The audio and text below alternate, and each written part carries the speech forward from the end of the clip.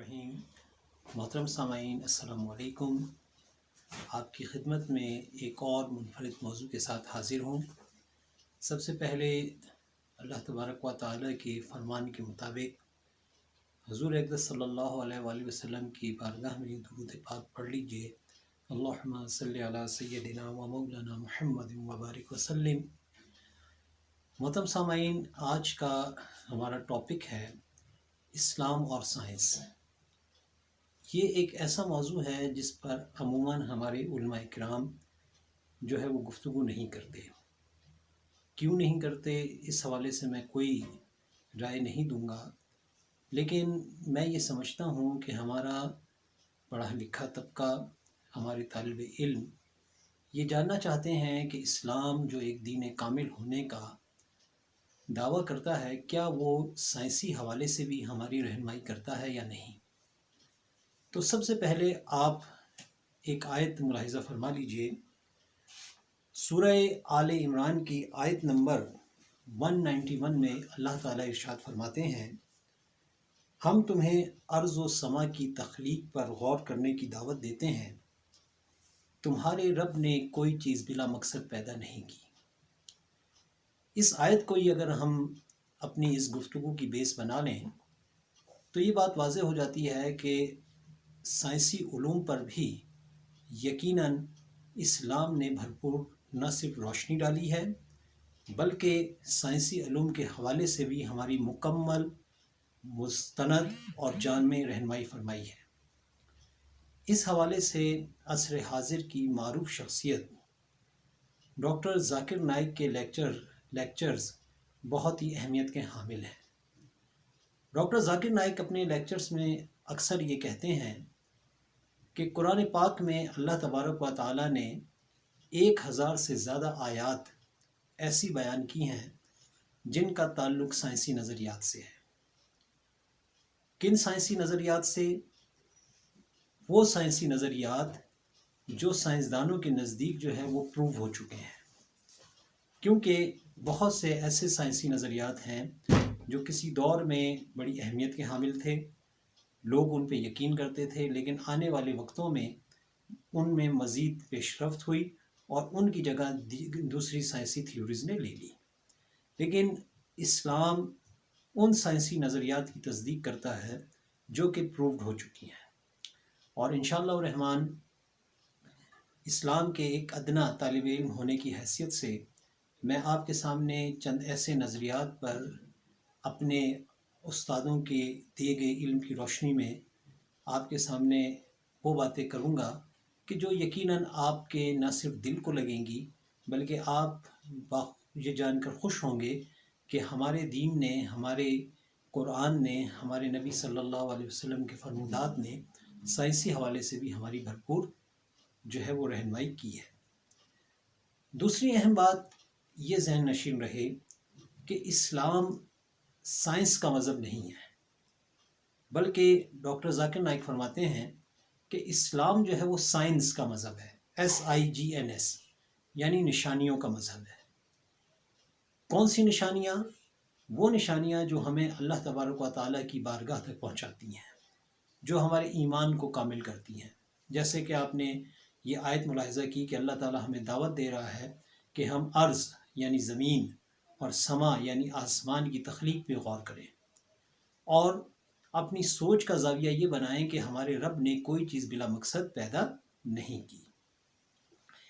تیسری اہم ترین بات یہ ہے کہ عموماً ہمارے یہاں ایک رواج یہ پایا جاتا ہے کہ اگر ہم کوئی بات کسی دینی شخصیت سے سنیں، کسی مولوی صاحب سے سنیں، تو ہم اس پہ یقین نہیں کرتے، لیکن اگر وہی بات ہمیں سائنس کے نقطہ نظر سے پیش کی جائے تو ہم من و ان اس پہ آنکھیں بند کر کے یقین کر لیتے ہیں کہ جی یہ بات تو سائنسدان کہتے ہیں۔ تو یاد رکھیے کہ ہم نے سائنس کا چشمہ لگا کر اسلام کو نہیں دیکھنا، بلکہ ہم نے اسلام کے چشمے سے سائنس کا جائزہ لینا ہے۔ بلکہ میں اس کی مثال یوں دوں گا کہ اسلام ایک گھنے درخت کی مانند ہے، جبکہ سائنس اس درخت کی ایک معمولی سی شاخ ہے۔ سائنسی علوم صحیح بھی ہو سکتے ہیں، غلط بھی ہو سکتے ہیں، لیکن یاد رکھیے دین اسلام کا ایک ایک شاخ، دین اسلام کا ایک ایک علم اپنی جگہ نہ صرف مستند ہے بلکہ ہر شک و شبے سے پاک ہے۔ تو انشاءاللہ الرحمن میرے اس لیکچر کے مختلف حصے ہوں گے، پارٹ وائز آپ کے سامنے گفتگو کروں گا۔ سب سے پہلے میں گفتگو کرنے جا رہا ہوں بگ بینگ تھیوری اور قرآن کے حوالے سے، کہ بگ بینگ تھیوری اور قرآن کا آپس میں کیا باہمی تعلق ہے۔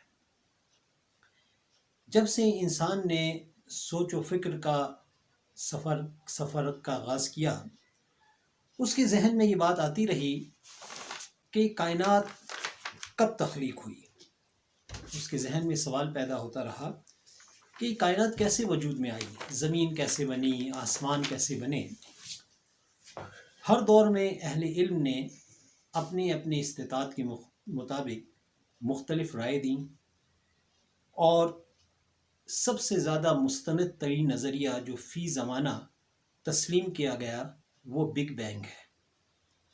بگ بینگ کیا ہے، اس کا پس منظر کیا ہے؟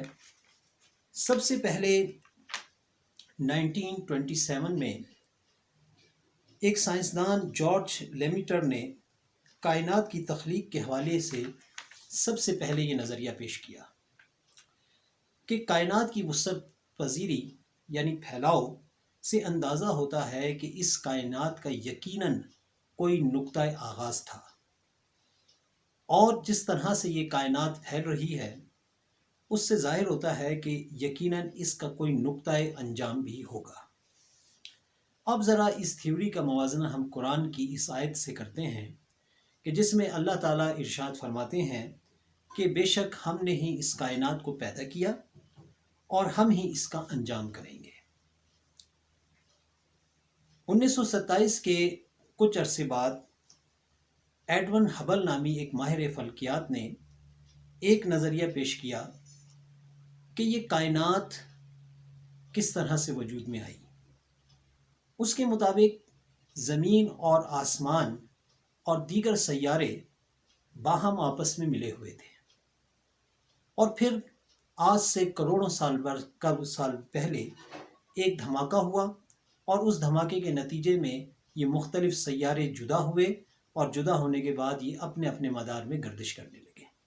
یہ ہے بگ بینگ تھیوری، جو آج کے ماہر فلکیات کے نزدیک مستند ترین نظریے کے طور پہ تسلیم کی جاتی ہے۔